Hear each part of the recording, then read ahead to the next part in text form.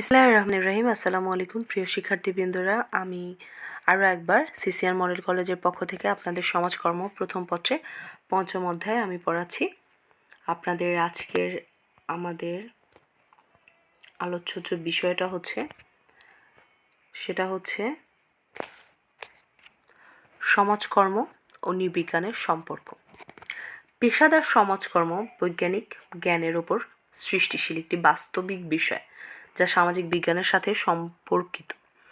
এখন পেশাদার সমাজকর্ম বলতে আসলে আমরা কি বুঝি? যে সমাজকর্ম আসলে সমাজকর্মীরা তাদের নিজেদের জীবিকা অর্জনের জন্য ব্যবহৃত করা হয়, তাদেরকে আসলে পেশাদার সমাজকর্মী হিসেবে বিবেচনা করা যায়। এখন আসা যায় সমাজকর্ম আর নৃবিজ্ঞানের ভেতরে যে সম্পর্ক, এখানে এই আলোচনাটা আসলে কিভাবে বলা হয়েছে বা কিভাবে বোঝানো হয়েছে। সমাজকর্ম ও নৃবিজ্ঞান যদিও বিষয়গত দিক থেকে ভিন্ন, তবুও এখানে এদের যথেষ্ট মিল খুঁজে পাওয়া যায়, কারণ উভয়ই সামাজিক বিজ্ঞানের অন্তর্ভুক্ত। হ্যাঁ প্রিয় শিক্ষার্থীবৃন্দরা, নৃবিজ্ঞান আর সমাজকর্ম দুটোই কিন্তু আসলে সামাজিক বিজ্ঞানের অন্তর্ভুক্ত। এই বিষয়গত দিক থেকে যেহেতু মিল রয়েছে, সেক্ষেত্রে দুটোই সামাজিক কর্মের একটা অংশ। সমাজকর্ম যেমন সমাজের মানুষের সমস্যার সমাধান নিয়ে আলোচনা করে, তেমনি নৃবিজ্ঞান মানুষের জীবন ধারণের জন্য মানুষ কর্তৃক সৃষ্ট বিভিন্ন বিষয় নিয়ে আলোচনা করে। সাদৃশ্য সম্পর্ক। সমাজকর্ম ব্যক্তি, দল, সমস্যা মোকাবেলা ও সমৃদ্ধ জীবন লাভে পরিবেশের সাথে মিথস্ক্রিয়া, মানবীয় ক্ষমতার পুনরুদ্ধার, সংরক্ষণ ও শক্তিশালী করতে সহায়তা করার জন্য দক্ষতা নির্ভর সেবাকর্ম। নৃবিজ্ঞান সমাজস্থ মানুষের ক্রমবিকাশ নিয়ে আলোচনা করে। এখন আসলে সমাজকর্ম কী নিয়ে আলোচনা করে? সমাজকর্ম আলোচনা করে মানুষের সমস্যা মোকাবেলা, কীভাবে সেটা থেকে সমৃদ্ধ করা যায়, কীভাবে মানবীয় ক্ষমতা দ্বারা পুনরুদ্ধার করা যায়, বা মানবীয় ক্ষমতা না হোক অন্য কোন ক্ষমতা দ্বারা আসলে এই সমস্যা থেকে পুনরুদ্ধার লাভ করা যায়, সেক্ষেত্রে আলোচনা করে কোনটা? সমাজবিজ্ঞান। আর নৃবিজ্ঞান আলোচনা করে সমাজস্থ মানুষের ক্রমবিকাশ নিয়ে আলোচনা, যে মানুষের যে বিকাশ কিভাবে হয়, ক্রমান্বয়ে যে পথটা, সেই পথটা নিয়ে কিন্তু আলোচনা করে কে? নৃবিজ্ঞান। তাহলে আমাদের যদি প্রশ্ন থাকে যে সমাজকর্ম কী কাজ করে এবং নৃবিজ্ঞান কী কাজ করে, সমাজকর্ম কাজগুলো করে, আর যে পথে আসলে কাজগুলো অতিবাহিত হয় সেগুলো আসলে নৃবিজ্ঞান সঠিকভাবে পরিচালনা করে। সমাজকর্ম ও নৃবিজ্ঞান উভয়ের মূল আলোচ্য বিষয় মানুষ। হ্যাঁ, কারণ মানুষ ছাড়া আসলে সমাজ কর্মই হতো না, আর সমাজকর্ম না হলে সেক্ষেত্রে সেখান থেকে উন্নতির কোনো ধাপ থাকতো না, সেক্ষেত্রে নৃবিজ্ঞান আসার তো কোনো প্রশ্নই আসে না। মানুষের সামাজিক, মানসিক, আচার আচরণ সম্পর্কিত সমস্যার সুষ্ঠু সমাধানের জন্য দৈহিক নৃবিজ্ঞানের জ্ঞান সমাজকর্মের জন্য অপরিহার্য। সুতরাং বিষয়বস্তুর দিক হতে নৃবিজ্ঞান এবং সমাজকর্ম পরস্পর সম্পর্কযুক্ত। বিষয়ের দিক থেকে দুটোরই মূল উদ্দেশ্য হচ্ছে মানুষের যে যাতে কল্যাণ হয়, যেভাবে কল্যাণ হয়, সেই বিষয়ে বিস্তারিত আলোচনা করা, এবং এজন্য এই সমাজকর্ম আর নৃবিজ্ঞান দুটোই কিন্তু পরস্পর সম্পর্কযুক্ত। সমাজকর্ম সমস্যা সমাধানে বাস্তব ও বস্তুনিষ্ঠ তথ্য সংগ্রহের জন্য নৃতাত্ত্বিক পদ্ধতি গ্রহণ করতে হয়। এতে ক্ষুদ্র সমাজ সম্পর্কে পূর্ণাঙ্গ যে সমাজ রয়েছে তাদের ধারণা লাভ করা যায়। নৃবিজ্ঞান পাঠের মাধ্যমে বর্তমান জীবন পদ্ধতির দিক সম্পর্কে বিজ্ঞান ভিত্তিক জ্ঞান আহরণ করা যায়, যেটা আমি আগেও বলেছি যে সমাজকর্ম সমস্যা সমাধানে বাস্তব ও বস্তুনিষ্ঠ তথ্যের জন্য নৃতাত্ত্বিক পদ্ধতি গ্রহণ করতে হয়। একটা সমস্যায় পড়েছে, সেক্ষেত্রে তাকে একটা সমাধান গ্রহণ করতে অবশ্যই হবে। এতে ক্ষুদ্র সমাজ যারা রয়েছে তারা আসলে জানতে পারে যে আসলে পূর্ণাঙ্গ সমাজের যে ধারণা পাওয়া যায়, যে তারাকে আসলে কিভাবে সমস্যার সমাধান, মানে একটা সমাজ যত বড় হয়, সমাজ যত বিস্তৃত হয়, তার সমস্যা তত বেশি হয়। সেক্ষেত্রে তার সমস্যা যদি বেশি হয়, তার সেই সমস্যাটা সমাধানের জন্য একটা ধারণা দরকার হয়, যে ধারণাটা বড় যে সমাজকর্মটা রয়েছে, বড় যে পূর্ণাঙ্গ যে সমাজটা রয়েছে, সেই পূর্ণাঙ্গ সমাজের রয়েছে, কারণ তারা ক্ষুদ্র সমাজ থেকে তাদের সমস্যা সমাধান করে তারা পূর্ণাঙ্গ সমাজে এসে ধাবিত হয়েছে। কিন্তু যারা ক্ষুদ্র সমাজ, তারা আসলে জানে না যে তাদের আসলে সমস্যাগুলো আসলে কোথা থেকে স্টার্ট হয়েছে। দ্যাটস ওয়াই নৃবিজ্ঞান পাঠের মাধ্যমে বর্তমান জীবন পদ্ধতির দিক সম্পর্কে বিজ্ঞান ভিত্তিক জ্ঞান আহরণ করা যায়।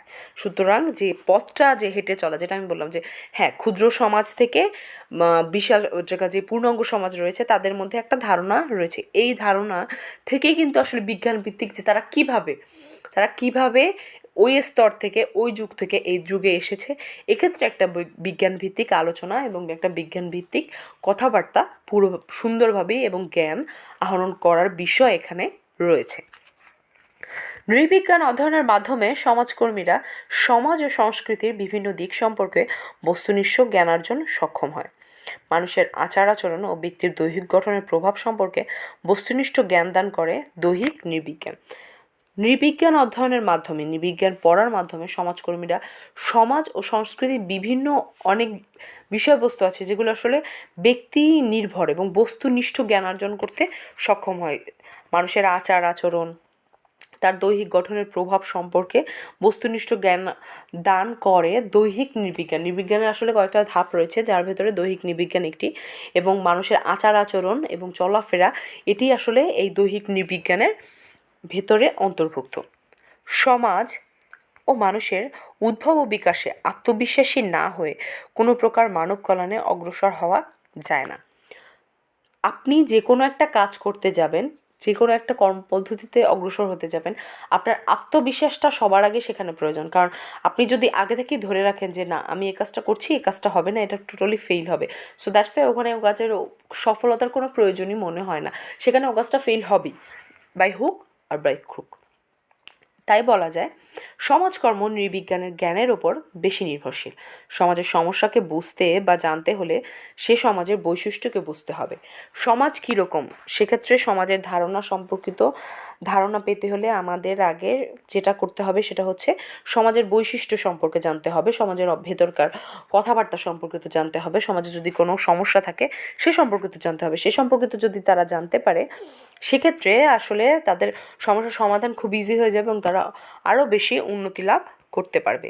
সবসময় পরিবর্তনশীল, এই পরিবর্তনশীল সমাজের সাথে খাপ খাইয়ে নিয়ে আসলে নিজের মতো করে চলা এবং সে সাথে আসলে সমাজের সব কিছুকে নিজের মতো করে নেয়া এবং মানুষের উপকারে আসা, এটা আসলে নৃবিজ্ঞানের অন্যতম একটা মানব জীবনের জ্ঞান সাহায্য করা এবং মানব জীবনের একটা জ্ঞান। শিল্প বিপ্লবের ফলে আসলে সমাজ বিজ্ঞানের যে নগরায়নের সৃষ্টি হয়েছিল, সেই সৃষ্টি থেকে আসলে মানুষের সমাজ এবং সমাজ থেকে মানুষ অনেক কিছু শিক্ষা নিয়েছিল। নগরায়নের ফলে মানুষের যে সামাজিক মনোসামাজিক যে সমস্যা আছে সেটা সৃষ্টি হয়েছিল। নগরায়নের সমস্যার সমাধানের জন্য সমাজকর্মীদের নগর নৃবিজ্ঞানের জ্ঞান অর্জন করতে হয়। এখন এখানে কি দেখা যাচ্ছে, সমাজকর্মীরা সমাজকর্মের সাথে সংযুক্ত হয়ে এক একটা কাজ সম্পাদন করতে যাচ্ছে, কিন্তু সেখানে তারা যখন নগরায়ন, শিল্প বিপ্লবের পর নগরায়ন বা শহরায়নের যেটা সেই ক্ষেত্রে ধাবিত হলো, সেক্ষেত্রে তাদের সামনে এক নতুন সমস্যা আসলো, যেটা হলো মনোসামাজিক সমস্যার সৃষ্টি, মানে মানুষের মানসিক সমস্যার সৃষ্টি, যেটা আদিম যুগের মানুষদের ছিল না। তারা আসলে যতটুকু ছিল, মানুষ যখন স্যাটিসফাইড না হয় তখন আসলে তাদের ভেতরে এই মনোসামাজিক সমস্যাগুলো বেশি করে দেখা দেয়, কিন্তু তারা যখন তারা যদি স্যাটিসফাইড হয় তাহলে কিন্তু এই সমস্যাগুলো থাকে না। তো মানুষ যত উন্নতি করতে থাকবে তার ভেতরে বা মানব জাতির ভেতরে কিন্তু আমরা যখন আমাদের নিজেদের বাস্তবিক জীবন আজকের জীবনের কথা ভাবি, তাহলে আমরা কোথাও না কোথাও কোনো না কোনোভাবে আমরা কিন্তু মনোসামাজিকভাবে অসুস্থ, আমাদের কিন্তু সুস্থতাটা নেই। কোনো না কোনো একটা কারণ দিয়ে আমরা মনে হচ্ছে না এই কাজটা ঠিক হয়নি, এই কাজটা করা হয়েছে, কেন হচ্ছে? কারণ আমরা যদি অনেক বেশি পরিশ্রম করতাম তাহলে আসলে আমাদের মানসিকতা চিন্তা করার মতো ওরকম কোনো সময় থাকতো না, কিন্তু আমরা আসলে আমাদের পরিশ্রমটা কম হয়ে আসছে, দ্যাটস ওয়াই আমাদের মানসিকতার ভেতরে নানাভাবে চিন্তা ভাবনা চলে আসে, যার পরিপ্রেক্ষিতে আমাদের মানসিক যে অবনতি হয় সেটা তো হচ্ছেই, এর বাইরে আমাদের সমাজেরও অবনতি হচ্ছে।